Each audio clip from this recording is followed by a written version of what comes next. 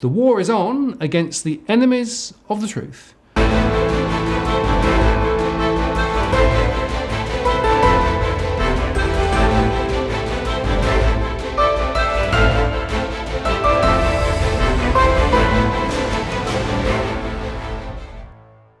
Hello, John. Hello, Edwin. Good to see you. Hello, Martin. Hello, Edwin.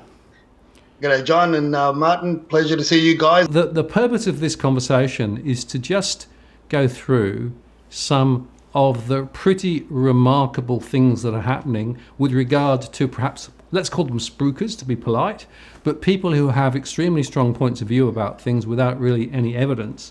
And each of us in our own way have effectively been impacted one way or the other by this over the last little while. And in fact, I did a piece of work which will come out in a future post on the DFA channel where I looked at all of the different information sets relating to Liverpool, right? And basically, some people are saying there's a fall of 6% over the last 12 months for houses. Others are saying more than 20%. And basically, none of them agree.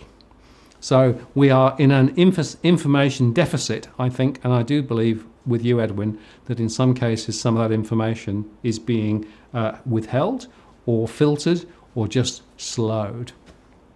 Now, I know that John's got some specific things he wants to cover today, John. So where should we start this conversation? Sure. Yeah. So what I thought would be good to have this conversation about is so I mean you to a lesser extent, Martin, but particularly in the last probably 8 weeks, Edwin and I have been very aggressive on Twitter in particular, and we've sort of butted heads against a whole bunch of these spruikers. These spruikers have massive conflicts of interest, either because of their job or because of particular investments, and they keep on talking the market up. So I've been on the attack. Edwin's been on the attack.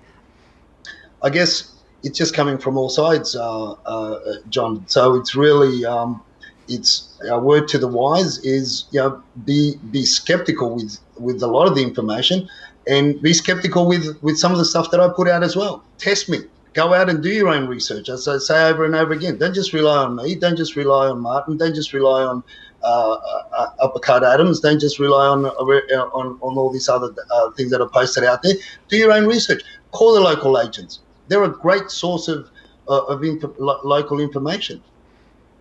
Yeah, no, that's good advice, Edwin. And of course, people often want simple answers and they want quick answers, but unfortunately, in the situation that we're in, quick answers and simple answers often don't actually tell you what's really going on. As I keep talking about, averaging is a real problem. You have to get into detail. You have to look at individual numbers. My advice to people is always, when you listen to somebody, don't just listen to what they say, but understand where they're coming from, who they represent, right?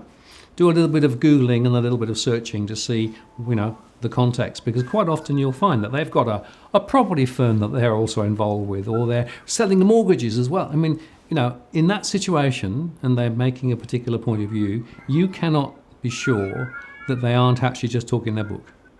Right? Exactly. And for me, the ones that are most critical are the public officials, because they're the ones that ultimately have to represent the public interest, whereas you can say that people in a commercial setting are there to make money, and commercially, they still have to be honest, but the law allows them to sort of bend the truth to a certain degree, but not out and out fraud. And yet the public officials are the ones that in my view have not served the public interest. I agree. Well, we must bring this to a close, because I guess we could go on talking about this for all night. So John, thank you very much for your time. Edwin, thank you very much for your time. I think the message is, guys, if you're seeing information, don't just swallow it whole. Ask hard questions, and be critical, and remember that there are often agendas behind.